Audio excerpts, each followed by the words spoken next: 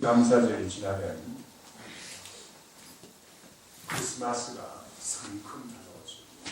이제 벌써 성탄의 계절이 시작되었어요. 성탄은 어느 때보다도 기쁘고 즐거운 때죠. 비싼 선물을 주고받기 때문에 성탄의 계절이 기쁜 계절이 아니라 우리 주님께서 나의 죄를 위해서 이 땅에 오신 날이기 때문에 정말 기쁘고 즐거운 계절인 줄 믿습니다. 우리가 크리스마스라고 그러는 것은 선물을 생각하고 카드를 생각하고 그러는데 그거보다도 먼저 우리 주님께서 이 땅에 오신 날이다. 나를 위해서 이 땅에 오신 날이다. 나의 죄를 위해서 오신 이 날이다 라는 것을 먼저 생각해야 될 줄 믿습니다. 그런 허물과 죄로 죽었던 너희를 살리셨느니라 그랬죠. 에베소 2장 1절 말씀. 우리가 과거에는 다 죽었던 사람들입니다. 그런데 우리 주님께서 오셔서 우리를 살리신 줄 믿습니다. 그러므로 우리는 성탄의 계절에 쇼핑하느라고 너무 스트레스 받지 말고 진정한 의미의 크리스마스를 맞이하는 성도님들이 되어야 되겠어요. 예수 그리스도의 탄생의 진정한 의미를 생각하는 성탄의 계절이 되기를 원합니다.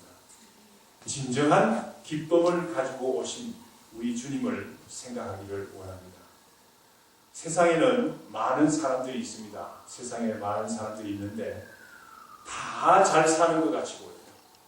다 멋진 옷을 입고 다들 잘 사는 것 같이 보입니다. 그러나 많은 사람들이 얼마나 우울한지 몰라요. 얼마나 외로운지 몰라요. 진정한 기쁨을 가지지 못했어요.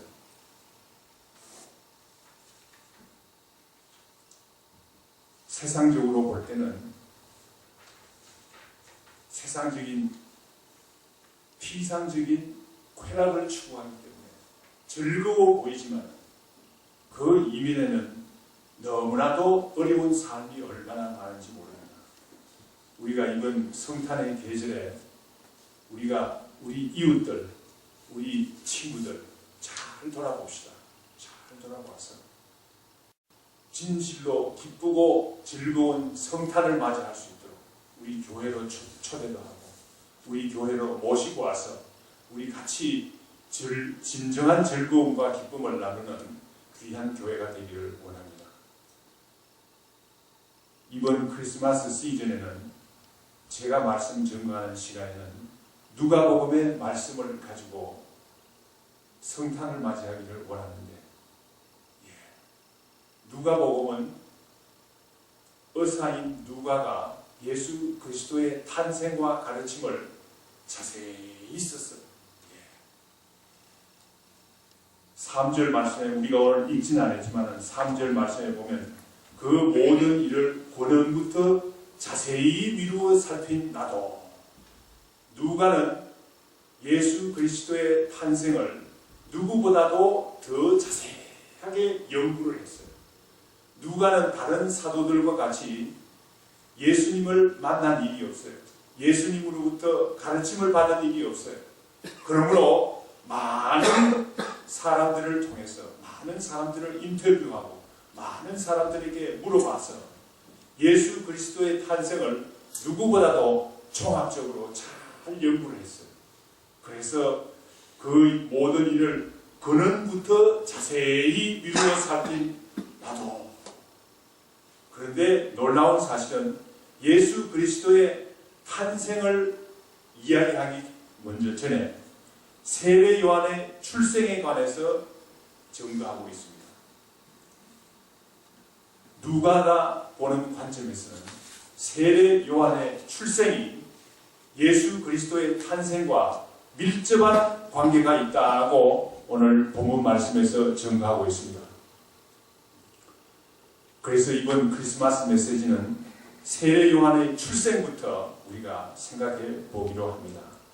오늘 본문 말씀 5절에서부터 7절 말씀에 보면 하나님 앞에 의인인 사가랴와 엘리사벳에 관한 이야기로 시작을 합니다.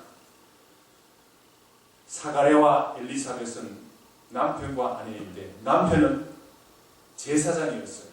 제사장. 아비야 반열에 속한 제사장이었다고 3절, 5절 말씀에서 증거하고 있습니다. 아비야 반열이 무슨 말인가? 성경에 보면, 구약 성경에 보면 반열, 아비야 반열은 무엇을 말합니까? 아비야 반열은 좀 역사적으로 좀 따져볼 필요가 있어요. 다윗 왕 때 다윗 왕이 성전을 건축하기 위해서 준비를 많이 했죠. 성전의 모든 제도를 거의 완비했어요. 그래서 그 당시에 있던 제사장들을 24반열로 나누었어요. 24반열로 나누어서 그 반열마다 직무를 수행하게 했어요. 그래서 한 사람이, 한 지파가, 한 반열이 1년 내내 하는 것 같으면 너무 피곤하기 때문에 돌아가면서 24반열이 돌아가면서 성전의 직무를 감당하게 했어요. 그런데 아비야 반열은 24반열 중에서 8번째 반열에 속하는 평범한 반열에 속합니다. 아비야 반열이 8번째 반열인데 사가랴는 아비야 반열에 속한 사람이었다는 그런 말이에요. 평범한 제사장에 속한 사람이었죠. 엘리사벳은 어떤 사람입니까? 엘리사벳도 아론의 자손이라고 그랬습니다. 그러므로 엘리사벳도 제사장 가족의 사람이에요. 경건한 가정의 출신인 것을 알 수 있어요. 사가랴와 엘리사벳이 다 제사장이요, 제사장 가정의 경건한 가정의 출신인 것을 볼 수 있습니다. 그 당시에 많은 제사장들은 사실상 세상의 권력을 추구하기 위해서 애쓰는 사람들이 많았어요. 그런데 오늘 본문 말씀 6절 말씀에 보면 이 두 사람이 하나님 앞에 의인이라고 했습니다. 하나님 앞에 의인이라.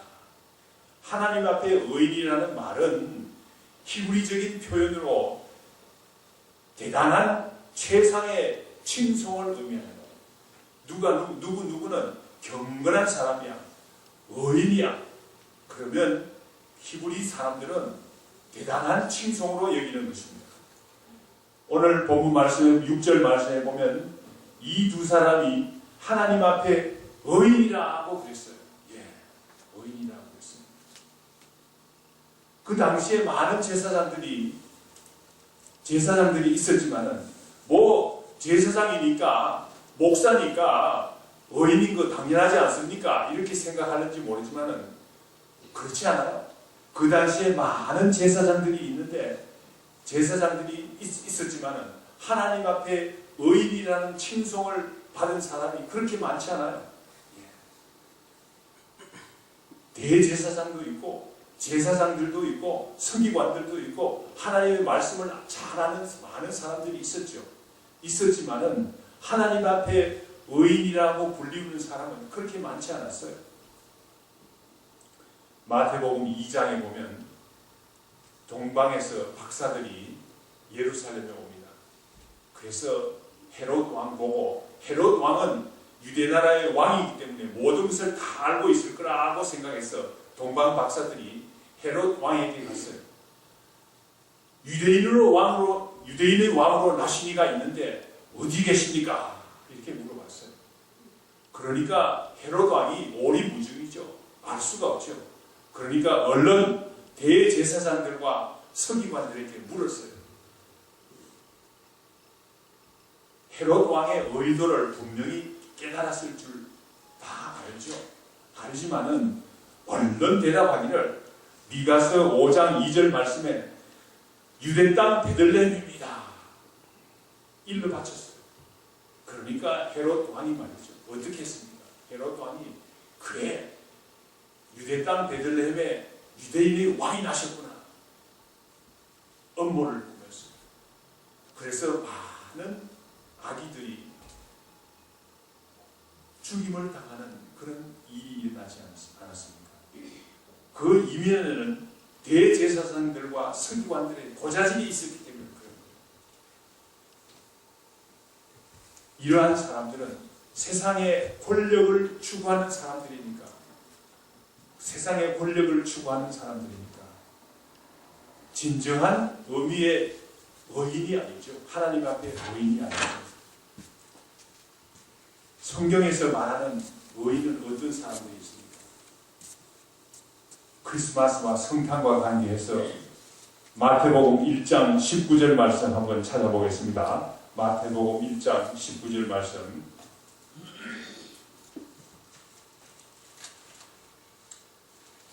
마태복음 1장 19절 말씀에 또 한 사람의 의인이 나타납니다. 어떤 의인인지 한번 보겠습니다. 마태복음 1장 19절 말씀 다 같이 읽겠습니다. 그의 남편 요셉은 의로운 사람이라 그를 드러내지 아니하고 가만히 끊고자 하여. 요셉을 의로운 사람이라고 마태복음 1장 19절에서는 밝히고 있어요. 사가랴와 엘리사벳이 의인인 것 같죠. 요셉도 의인이라고 성경 말씀을 나타내고 있습니다. 요셉은 왜 의인이 되었습니까? 가만히 끊고자 했기 때문에. 가만히 끊고자 했다는 그 배경의 이야기를 간단히 말씀을 드리는 것 같으면, 요셉이 약혼을 했어요.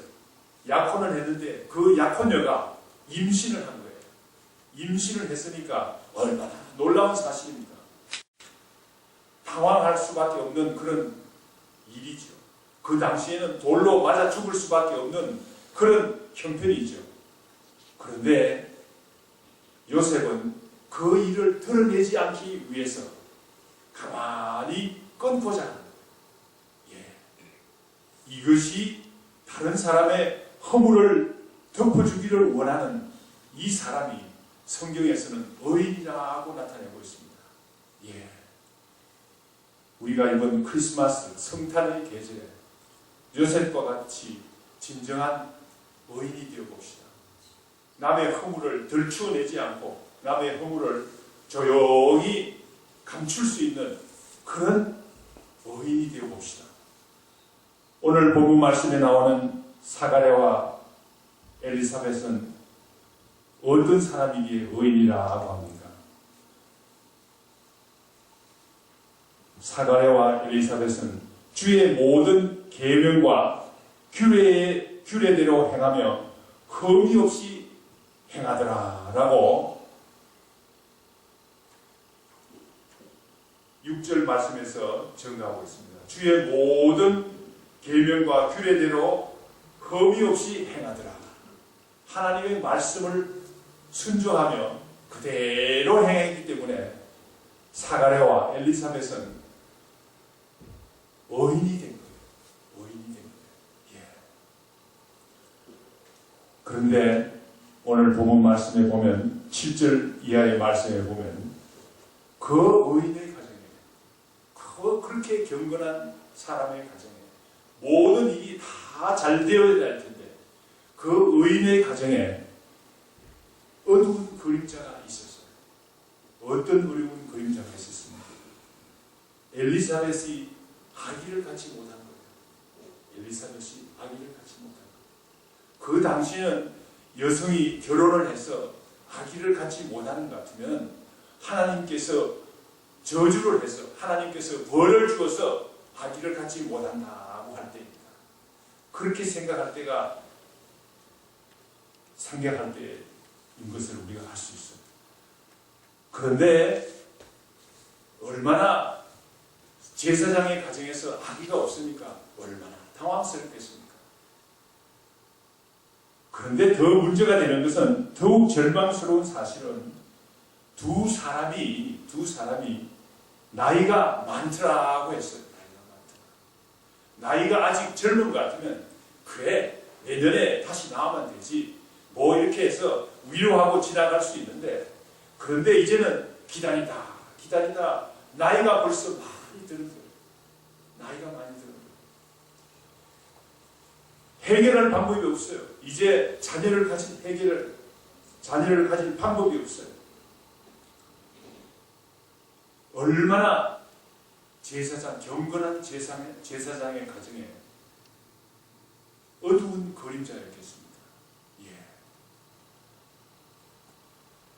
이와 같이 경건한 가정에도 의로운 사람들에게도 어두운 그림자가 있을 수 있는 거예요. 예. 그러나 하나님께서는 사람들이 해결할 수 없는 그런 가운데서도 문제를 해결할 수 있는 능력이 있는 분이신 것을 오늘 성경 말씀은 증거하고 있습니다. 예. 룻기에 나오는 나오미 가정이 어떤 가정이었습니까? 처음에는 행복한 가정이었죠. 그런데 남편이 죽고 두 아들이 죽고 자부가 떠나고 한 자부가 떠나고 소망이 없는 가정이 되었어요. 그런데 하나님께서는 그 소망 없는 가정에도 하나님께서는 그 가정을 다시 세우는 능력을 가지신 분이라는 사실을 우리는 잘 알고 있지 않습니까? 오늘 본문 말씀에서도 소망이 없는 절망 가운데 살고 있는 소망이 없는 경건한 가정의 문제를 하나님께서는 해결하시는 것을 볼 수 있습니다. 우리 새생명 선교교회 가정에도 선교교회 성도님들의 가정에도 각 가정마다 어려운 일들이 있을 수 있어요. 소망이 없는 참 어두운 그림자가 있을 수 있어요. 예. 언제 이 문제가 해결될까? 문제가 도저히 해결될 것까지 보이지 않는 그런 어두운 그림자가 있을 수 있어요. 그러나 이번 성탄의 계절에 우리 그런 어두운 그림자들이 하나씩 둘씩 다 해결될 수 있도록 우리 주님께서 축복해 주시기를 간절히 축원합니다. 오늘 본문 말씀 8절에서부터 14절 말씀에 보면 사가랴와 엘리사벳의 가정에 큰 기쁨이 찾아오는 것을 볼 수 있어요. 그런데 어떤 일을 통해서 특별한 은혜가 내립니까? 일상생활을 통해서 특별한 은혜가 임하는 것을 볼 수 있습니다. 오늘 본문 말씀 8절, 9절 말씀에 보면 제사장 사가랴는 그 순서대로 그 반열의 순서대로 차례대로 제사장의 전례를 따라서 제비 뽑아서 이거 어떻게 특별하게 한 일이 아니에요. 그냥 루틴 평소에 일을 하는 대로 일상을 통해서 하나님께서는 특별한 은혜를 주시는 것을 알 수 있습니다.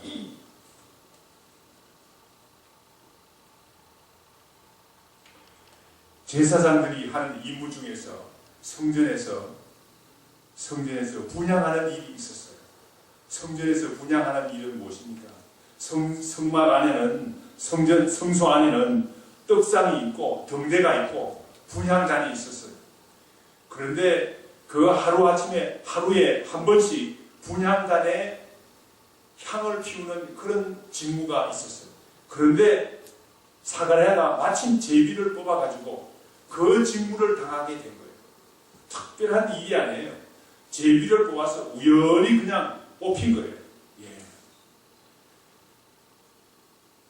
제사장이 분향을 할 때는 밖에서 다른 백성들은 함께 기도하는 시간을 가지는 것을 알 수 있죠. 백성들은 밖에서 기도를 하고 지금 사가랴는 분향단에서 분향을 드리고 있습니다. 그런데 놀랍게도 11절 말씀에 보니까 분향하는데 갑자기 주의 사자가 나타났어요. 주의 사자가 나타났어요. 13절 말씀에 보면 주의 사자가 천사라고 밝히고 있습니다. 19절 말씀에 보면 그 천사의 이름이 가브리엘이라는 이름을 가진 천사였어요. 가브리엘 참 좋은 이름이죠. 좋은 소식을 전하는, 누가복음 1장 26절에 보면 마리아에게도 나타나서 수태 사실을 알려주는 천사가 바로 가브리엘 천사입니다. 그러므로 가브리엘 천사는 좋은 소식을 전하는 그런 천사죠. 구약 성경에도 보면 가브리엘 천사가 나오죠. 다니엘 8장 9장에 보면 가브리엘 천사가 나오는데 다니엘이 본 환상, 그 환상의 어려운 문제를 하나하나 해석해주는 그런 천사가 바로 가브리엘 천사입니다. 얼마나 고마운 천사입니까? 좋은 소식을 전해주는 천사입니다. 가브리엘은 이와 같이 좋은 소식을 가져오는 천사였어요.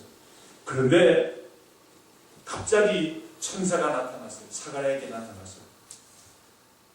참으로 놀랍고 무서운 그런, 저 같으면 혼자서 성전에 있는데 갑자기 천사가 나타난다면 아마 놀라서 자빠졌을 거예요. 졸도했을 거예요. 그런데 가브리엘 천사가 나타나서 하는 말이, 내 아내 엘리사벳이 아들을 낳을 것이다. 얼마나 놀라운 기쁜 소식입니까? 예. 사가랴는 특별한 일을 하고 있지 않았어요. 제사장으로서 응당히 해야 될 루틴, 일상생활을 통해서 하나님의 특별한 은혜를 경험한 사람이 되었습니다. 예. 우리 새생명 선교교회 성도님들도 일상생활을 통해서 일상적인 교회 봉사를 통해서 일상적인 교회 일뿐만 아니라 일상적인 직업을 통해서 각자 하나님께서 주신 직업을 통해서 가정을 맡은 가정주부 같으면 가정의 일을 통해서 하나님의 특별하신 은혜를 경험하는 귀한 성탄의 계절이 되기를 간절히 축원합니다. 특별한 일을 해야만 특별한 은혜를 받는 게 아니에요. 우리가 일상적인 일을 통해서도 하나님께서는 특별한 은혜를 주시는 줄 믿습니다. 누가복음 2장 8절에서부터 10절 말씀을 보면 일상적인 일을 통해서 놀라운 은혜를 경험하는 또 다른 이야기가 나오는데, 누가복음 2장 8절에서부터 10절 말씀 한번 우리 다 같이 한번 읽어보겠습니다. 누가복음 2장 8절에서부터 10절 말씀, 찾으신 줄 알고 제가 8절 읽겠습니다. 그 지역의 목자들이 밤에 밖에서 자기 양떼를 지키더니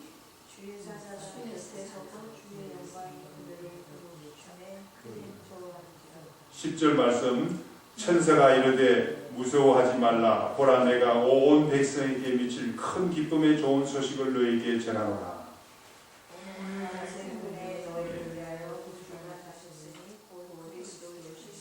예, 10절까지만 읽겠습니다. 들에 있는 목자들이 큰 영광을 보았다고 했어요. 큰 은혜를 입었어요. 그런데 어떤 일을 하고 있었습니까? 밤에 말이죠. 아무도 없는 밤에 들에서 성전도 아닌 들에서 양떼를 지키는 가운데, 양떼를 지키는 것은 이 사람들의 천직이에요. 매일 해왔던 일들이에요. 냄새나는 양들의 뒤 감당을 하는 그 일을 하는 가운데서 목자들은 주님의 큰 영광을 보았다고 오늘 본문 말씀 9절 말씀에서 증거하고 있습니다. 주의 사자가 곁에 서고 주의 영광이 그들을 두루 비치니라. 그래서 목자들이 말이죠, 무서워서 떨었다고 했습니다. 무서워서 떨 만큼 큰 은혜, 큰 영광을 본 그런 일이 있었는데, 그런 일들이 어떤 가운데서 일어났습니까? 일상적인 일을 통해서 경험하는 거예요. 특별한 일을 해야 특별한 은혜를 받는 것이 아니라 일상적인 일을 통해서 하나님의 큰 은혜를 경험하는 귀한 하나님 앞에 의인이요 하나님 앞에 경건한 사람들이 되기를 간절히 축원합니다. 오늘 본문 말씀 14절에서부터 16절 말씀에 보니까 아이를 얻은 것만 해도 너무나 기쁜 일인데 그 낳을 아들이 말이죠. 어떤 아들인지 자세히 오늘 나타내고 있습니다. 첫째, 많은 사람이 기뻐하는 세례 요한이 태어날 것을 증거하고 있어요. 얻게 된 아들이 사가랴와 엘리사벳이 기뻐할 뿐만 아니라 너도 즐거워할 것이다. 너도 즐거워할 것이다. 그러나 많은 사람들이 즐거워하는, 기뻐하는 그런 아들이 태어난다는 거예요. 그러니까 얼마나 기뻤겠습니까? 너무나 기뻤어요. 15절 말씀에 보면 그 태어날 아들이 주 앞에서 큰 자가 되리라고 밝히고 있어요. 주님 앞에서 큰 자가 된다는 말은 무슨 말입니까? 주님을 크게 기쁘게 하는 사람이 된다는 거예요. 우리 자녀들이 주님에게 큰 기쁨을 돌려드리면 얼마나 좋겠습니까? 우리가 우리